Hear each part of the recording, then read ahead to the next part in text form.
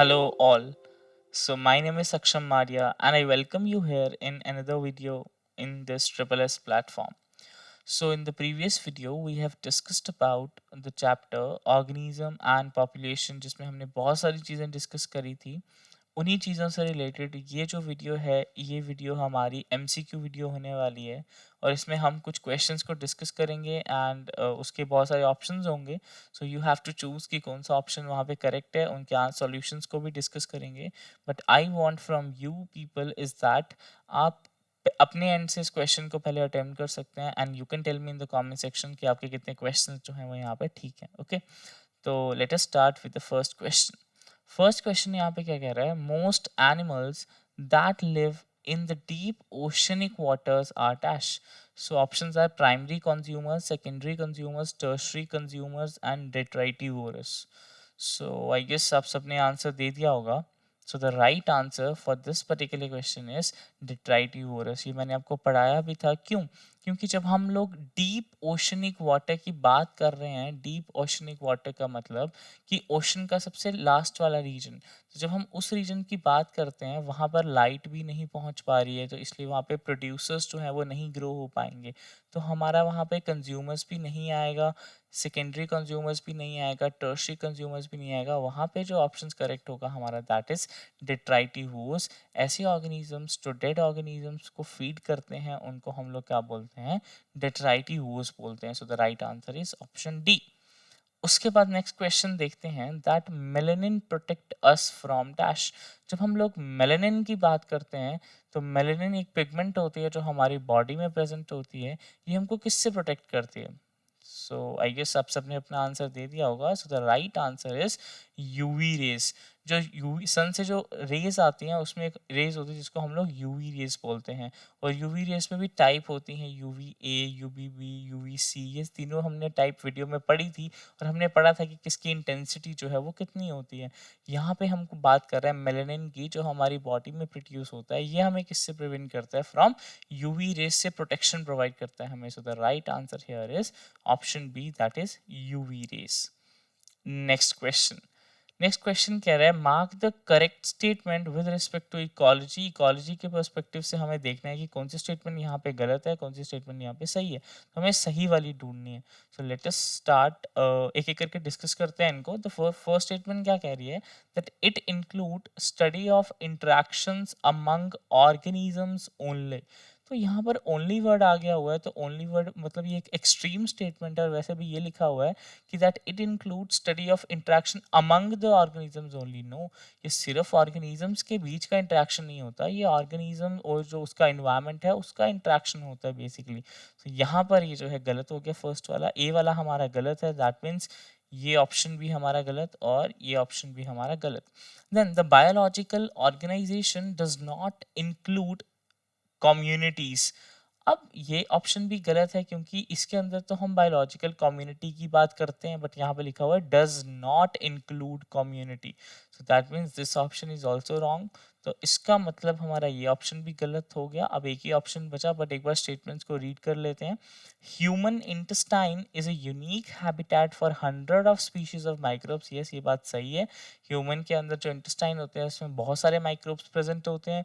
और इसके अलावा जो लास्ट स्टेटमेंट है, annual temperature and precipitation variation account for the formation of major biomes, this is also correct. क्योंकि जब हम लोग बायोम्स की बात करते हैं तो मेनली हम उसमें क्या देखते हैं कि डिफरेंट डिफरेंट बायोम्स में एक तो टेम्परेचर का बहुत ज़्यादा डिफरेंस होता है और प्रेसिपिटेशन का वहाँ बहुत ज़्यादा डिफरेंस होता है। So that means option C and option D are the right options. So correct answer here is option number B. Okay, so next question is, a foreign species is introduced into a geographical area where it become invasive and start spreading fast. This is because of dash। एक कोई भी foreign species है जिसको हम लोग एक area में introduce कर रहे हैं, वो वहाँ पर बहुत ज़्यादा इन्वेजिव हो गई है, मतलब एकदम वहाँ उसने अपना एरिया कवर करना स्टार्ट कर दिया हुआ है। ये चीज़ जो है ये किस वजह से होगी? The invaded land have plenty of food, या फिर कंडीशंस आर फेवरेबल, या फिर invaded land does not have its natural predators, या फिर the resources are unlimited. So the right answer here is option number C, कि वो जो inverted land है वहां पर उस पर्टिकुलर फॉरेन स्पीशीज के लिए कोई भी नेचुरल प्रेडेटर प्रेजेंट नहीं है, इसलिए वहां पर वो स्पीशीज जो है वो कंटिन्यूसली ग्रो होती जा रही है। So that means the right answer here is option number C, क्योंकि अगर कोई नेचुरल प्रेडेटर होता उसके लिए तो वो जो पर्टिकुलर स्पीशीज है वो इतनी ज़्यादा ग्रो नहीं हो पाती, इतना ज़्यादा एरिया नहीं कर पाती। बट वहाँ पर जो इन्वेटेड लैंड है उसके पास कोई भी नेचुरल प्रेडेटर नहीं है। That means the right answer here is option number C, और इसी वजह से वो फॉरेन स्पीशीज जो है वो स्प्रेड होती जा रही है काफ़ी। Let's move to the next question. Next question में हमें ये कह रहा है that choose the correct statement about competition. अब जब हम लोग पॉपुलेशन इंटरेक्शंस के बारे में पढ़ रहे थे उसमें हम लोगों ने एक इंटरेक्शन पढ़ा था कंपटीशन, और कंपटीशन को कुछ हम इस तरीके से रिप्रेजेंट करते थे नेगेटिव नेगेटिव, क्योंकि वहां पर दोनों ऑर्गेनिज्म जो थे वो एक पर्टिकुलर चीज के लिए compete करते थे, तो दोनों को ही बेसिकली हार्म होता था। तो एक बार स्टेटमेंट्स को रीड करते हैं कि करेक्ट कौन सी होगी with respect to the competition. First statement कह रही है that unrelated species could also compete for the same resource. हाँ बिल्कुल सही है। जैसे अगर हम वाटर की बात करें, अगर लिमिटेड वाटर है और दो डिफरेंट डिफरेंट स्पीशीज हैं, दोनों को चाहिए, तो दोनों उसके लिए compete करेंगे, तो ये ऑप्शन भी हमारा करेक्ट हो गया रिलेटेड टू कंपटीशन। उसके बाद नेक्स्ट है resources need not be limit for competition to resources. ये भी बात सही है, क्योंकि जब हम कंपटीशन पढ़ रहे थे हमने उसमें ये पढ़ा था कि तब भी कंपटीशन होता है जब रिसोर्सेज लिमिटेड होते हैं, और जब रिसोर्सेज अनलिमिटेड होते हैं तब भी कंपटीशन होता है। तो यहाँ पर ये स्टेटमेंट सही लिखी हुई है that resources need not be limit for competition to occur. तो ये बात भी सही है, ऐसा जरूरी नहीं है कि रिसोर्सेज लिमिटेड होंगे तो ही कंपटीशन होगा, अगर रिसोर्सेज अनलिमिटेड होंगे तो भी कंपटीशन हो सकता है। सो ए भी करेक्ट है, बी भी करेक्ट है। What about third? C option says that when resources are limited, the competitively superior species will eventually eliminate the other species। हाँ ये बात भी सही है, अगर लिमिटेड रिसोर्सेज हैं तो उसमें कौन सी स्पीशीज जो है वो दूसरे को ओवरकम कर लेगी, जो भी कोई सुपीरियर वाली स्पीशीज होगी वो दूसरे को ओवरकम कर लेगी। So that means the right answer here is option A, B and C तीनों करेक्ट हैं। So the right answer here is option number D, that is all of these. Let's move to the next question. Next question में क्या कह रहा है, when the organisms live together in such a manner that one organism is benefited मतलब plus, while the other remains unaffected मतलब zero. अब इस type का अरेंजमेंट अगर आपको याद होगा तो यहाँ पर हमने कौन से वाले पॉपुलेशन इंट्रैक्शन में इसको डिस्कस किया था? Is it commensalism, symbiosis, predation और parasitism? The right answer here is commensalism, जिसमें हमने डिस्कस करा था कि एक ऑर्गेनिज्म जो है उसको बेनिफिट होता है और एक ऑर्गेनिज्म जो होता है उसको ना तो कोई बेनिफिट होता है और ना तो कोई लॉस होता है, zero.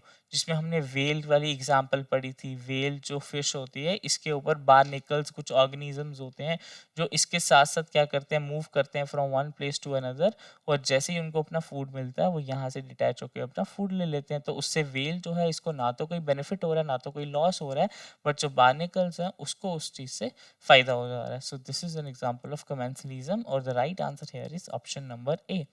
Now next question. In lichens, fungus and blue-green algae live together without causing significant harm to one another. Attempt to grow either the algae or the fungi independently result in death of this particular organism.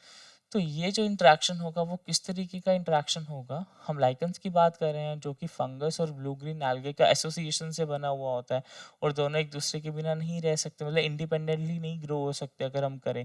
तो इसका मतलब यहाँ पर ये जो interaction है ये किस टाइप का इंटरेक्शन है? Is it predation, mutualism, competition, या फिर all of the above? So the right answer here is option number B, that is mutualism, क्योंकि दोनों एक दूसरे पर डिपेंडेंट हैं, दोनों एक दूसरे की हेल्प कर रहे हैं। So the right answer is mutualism.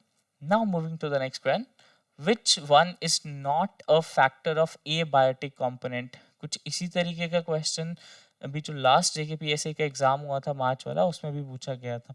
So which one is not a factor of abiotic environment? हमें ये बताना है कि इसमें से कौन सा जो एबायोटिक नहीं है।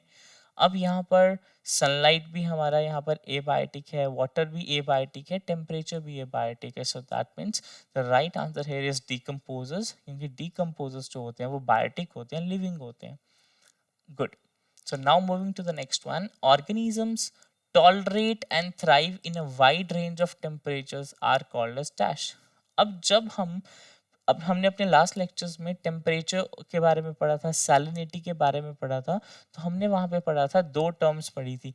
एक हमने पढ़ा था स्टेनो और एक हमने पढ़ा था यूरी। अब ये जो हेलाइन टर्म है, हेलाइन किसके लिए यूज करते हैं?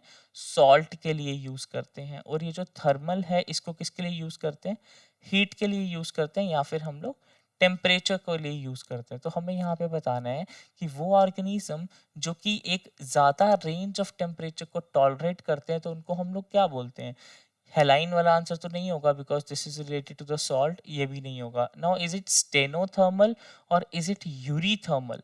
The right answer here is eurythermal, क्योंकि यूरी का यहाँ पे यूरीथर्मल का क्या मतलब होता है? ऐसे ऑर्गेनिज्म जो एक वाइड रेंज ऑफ टेम्परेचर में सर्वाइव कर सके। बट स्टेनोथर्मल का ये मतलब है ऐसे ऑर्गेनिज्म जो एक नैरो रेंज ऑफ टेम्परेचर में सर्वाइव कर सके। The right answer here is eurythermal. Now, moving to the next one, which of the following is likely to be found in the deepest water?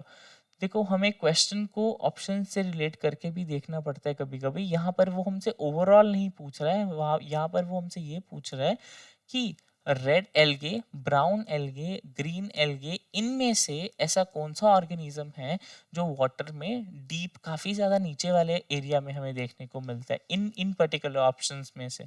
सो यहाँ पर जो right answer है वो क्या होना चाहिए? जब हम लोग विबग्योर की बात करते हैं, जो कि विबग्योर की जब हम लोग बात करते हैं, यहाँ पे आर होता है रेड, वी होता है वायलेट। तो जब हम विबग्योर की बात करते हैं, इसमें जो वेवलेंथ होती है, वेवलेंथ जो होती है वो यहाँ से नीचे की तरफ इंक्रीज होती है।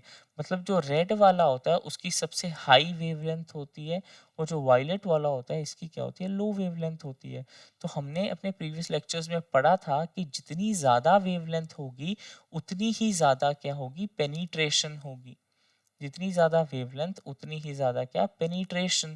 तो जिसकी वेवलेंथ सबसे ज़्यादा होगी वो वाली लाइट सबसे ज़्यादा पेनिट्रेट करेगी। इसका मतलब रेड कलर की जो वेवलेंथ है वो सबसे ज़्यादा है, वो सबसे ज़्यादा पेनिट्रेट करेगी।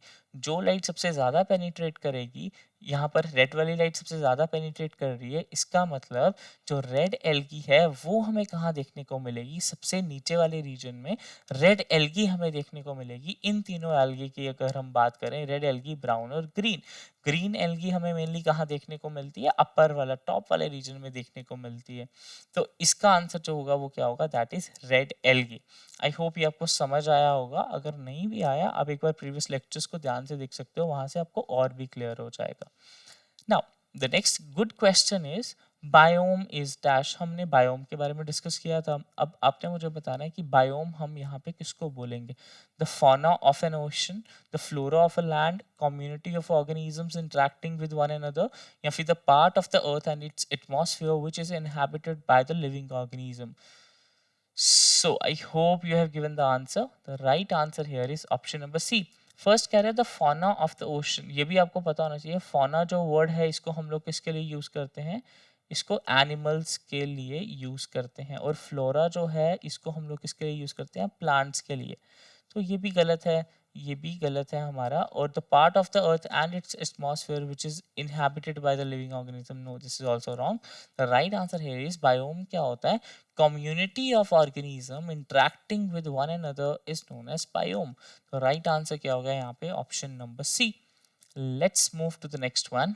When birth rate equals to the death rate, उस केस में क्या होगा? जब बर्थ रेट और डेथ रेट जो है वो दोनों इक्वल हो जाएंगे, a population grows rapidly, या फिर the size of the population remain constant, density dependent limiting factors do not affect the population, या फिर a population is in danger of the extinction। जब birth rate और death rate दोनों ही यहाँ पे equal होगा, then the size of the population remain constant, क्योंकि birth rate और death rate दोनों ही क्या है? सेम है। The right answer here is option number B, that is the size of the population remain constant. The next question is निश is dash, हम निश किसको बोलते हैं? अभी हमने बायोम की प्रॉपर देखा, बायोम का डेफिनेशन देखा. Now you have to tell me niche हम किसको बोलते हैं? Yes, come on. All the biological factors in the organism environment, या फिर the physical space where an organism lives, या फिर the range of temperature that the organism needs to live, या फिर the functional role played by the organism where it lives. Yes, this is the right answer. The functional role played by the organism where it lives, उस चीज को हम क्या बोलते हैं? निश बोलते हैं. तो the right answer is option number D. उसके बाद next question is you have to tell me biosphere is dash. Biosphere हम किसको बोलेंगे? A component in the ecosystem, या फिर composed of plants present in the soil, life in the outer space, या फिर composed of all living organisms present on earth which to interact with the physical environment.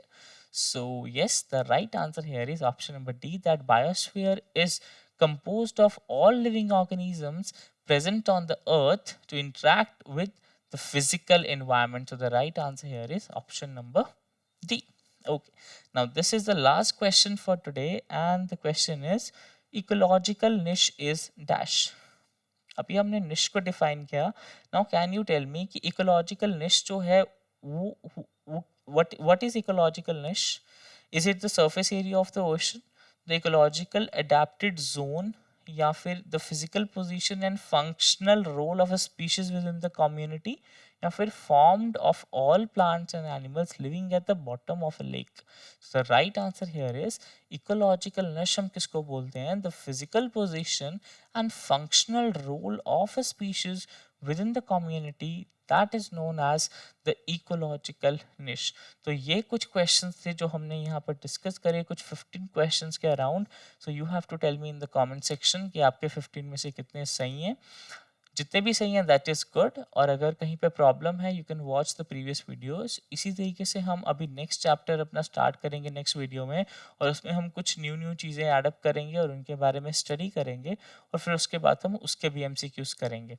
So I hope यहाँ तक चीज़ें आपको clear हुई होंगी. So now if there is any doubt, if there is any suggestion, you can tell me in the comment section. So thank you so much for watching this particular session. So bye bye, all the best, take care, bye.